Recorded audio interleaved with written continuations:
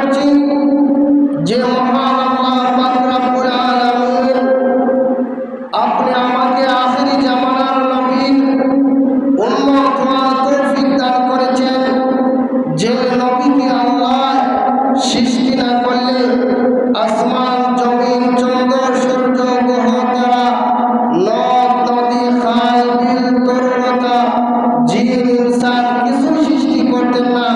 সেই নবীর উম্মত আমরা হয়েছি, এই জন্য আমার বলে আলহামদুলিল্লাহ।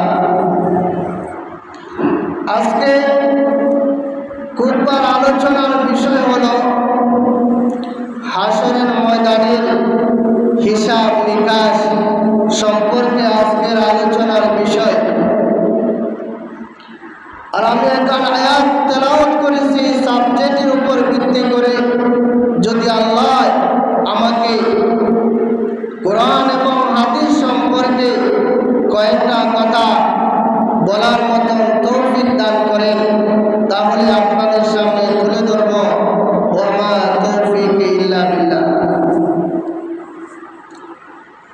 আমরা পৃথিবীর বুকে যখন আসি, যখন আল্লাহ আমাদেরকে পাঠাইছেন, তখন আমাদেরকে নিষ্পাপ অবস্থায় একা করে পাঠাইছেন।